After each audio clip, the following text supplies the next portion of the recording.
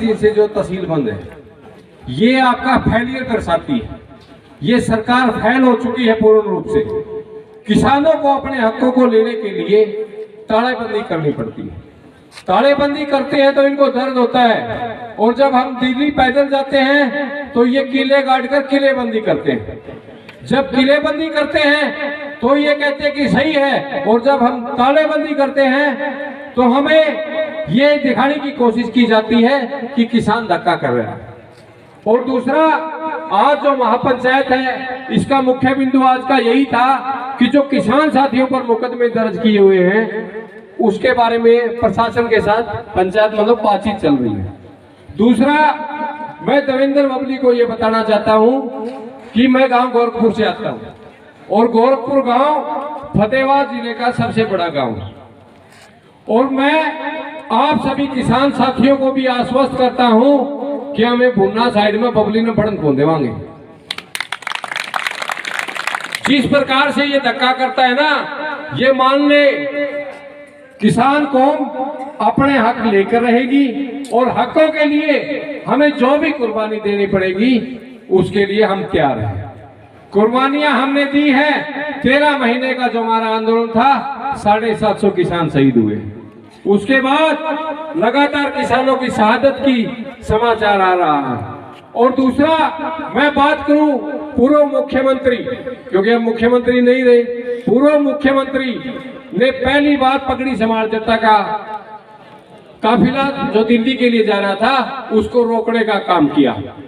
इलाज हो गया, चला गया, मुख्यमंत्री से पूर्व मुख्यमंत्री हो गया है। और एक चीज हमने पूरे भारत को, पूरे हरियाणा को, पूरे संयुक्त मोर्चा को बताने का काम किया कि इससे झूठा जो मुख्यमंत्री नहीं है। प्रेस कॉन्फ्रेंस करके चंडीगढ़ में ये कहता है कि आप ट्रैक्टर लेके ना आए, आप ट्रेन से आए, आप बसों से आए, आप पैदल आए। और जब 8 तारीख को पगड़ी समाज जट्टा ने पैदल चलने का काम किया नांदड़ी टोल से, और क्रांतिमान पार्क हिसार से जो हमने दिल्ली को कूच करने का काम किया, उस टाइम इन्होंने फोर्स लगा करके किसानों को रोकने का काम किया। वहां हमने इसको दिखा दिया कि आप एक बार तो ये कहते हैं कि आप पैदल जाइए, ट्रेन से जाइए, बस से जाइए, सिर्फ ट्रैक्टर लेकर ना जाइए, और जब रोकता है तो इसकी पोल खुल गई। मीडिया वालों ने इससे सवाल किया, भाग गया। जो नेशनल मीडिया हमें नहीं दिखा रहा, उसकी पोल हमने 14 तारीख को संयुक्त किसान मोर्चा के आह्वान पर दिल्ली के रामलीला मैदान को पूर्ण रूप से भरने का काम किया। वहां पैर रखने के लिए जगह नहीं थी, और ये बहुत बार बोल रहे थे कि संयुक्त मोर्चा जो है वो खत्म हो चुका है। तो हम सभी किसान संगठनों ने ये बताने का काम किया कि संयुक्त मोर्चा पहले था उससे भी ज्यादा मजबूत हो चुका है।